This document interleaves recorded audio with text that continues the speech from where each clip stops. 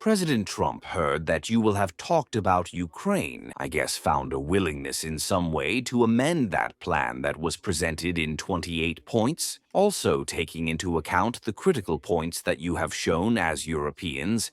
Yes, I found a willingness on the part of the President of the United States. We also had a fairly long phone call with the President of Finland, Alexander Stubb. I found an availability. I think, let's say, the work that our Sherpas are doing today in Geneva follows this understanding.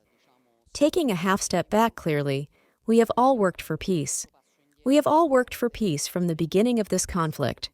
We have done it as Europeans, as Americans, supporting Ukraine in its ability to resist a conflict whose outcome many considered taken for granted.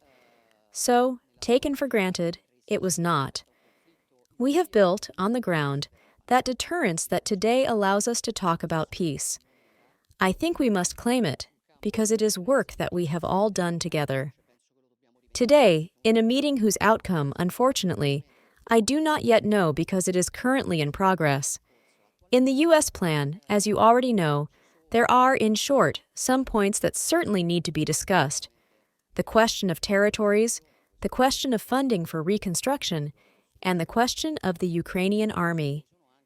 There are also many points that I consider particularly positive, especially on the subject of security guarantees, where there is, put in black and white, a direct involvement of the United States in a security guarantee proposal that, as you know, takes up an idea that was originally Italian, security guarantees based on the Article 5 model.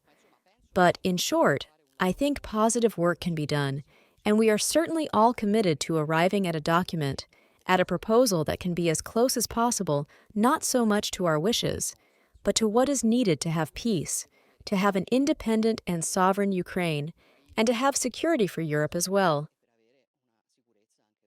First of all, I don't think that's the goal. Clearly not. That's not what I see in the sense that you have witnessed. I have witnessed all the times when the Ukrainians have clearly thanked me and the United States. As for the rest, look, it's endemic, in the sense that the need to continue working with our U.S. allies also obviously stems from the importance of their role. If one were ungrateful to them, there would probably not even be a need for them, in the sense that one would not understand their importance in the conflict. Instead, everyone understands it, and they understand it very well as on the issue of Europe continuing to buy gas from Russia. For example, I explained to the President of the United States that, for example, Italy, since the beginning of the war, has done a huge job. At the time, our dependence was certainly significant. So maybe, let's say, something of what happened afterward didn't come across in the communication, but we, for example, have totally diversified, as you know very well, and we are no longer dependent on Russia at all.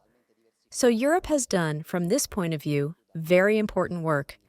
But I think, yes, certainly, some of the things that are said serve, in the end, to generate a kind of pressure on interlocutors. But it seems to me that you do a little bit here, a little bit there. In short, the method, a little bit of work here, a little bit there, we know. In some cases, it has even been effective, as we have seen in the Middle East. After that, the real point, I repeat, in my opinion, is not the press statements. The real point is what eventually ends up in black and white. What is in the proposal with which Europeans, Ukrainians, Americans decide to come to the table with the Russians? On the European partners, I think it was clear from the communiqué that was made yesterday, we consider it a starting point, and we are ready to work to improve the proposal. This was in a meeting in which all the European leaders present at the G20 were participating, plus our G7 partners, so broader, and it seems to me that we are all in line. As for pressure, we don't have a deadline, in the sense that we work by priority. As I said, we are working for a 1 to 12 aid package, and for now, we are not adhering. In the future, we will see, but we have not, and have not given ourselves deadlines on the issue of corruption. Clearly, it is of concern. It also affects public opinion, which, rightly, is very sensitive. I want to say that I consider it important that Ukraine has shown that it has the antibodies. In the end, we must always remember that these arrests come on the basis of initiatives by Ukrainian institutions. So there is probably a problem, but there are also antibodies to deal with that problem. The Deputy Prime Minister Salvini is saying something correct, that Italian money cannot go into the hands of corrupt people, and of course, we must be vigilant to prevent that.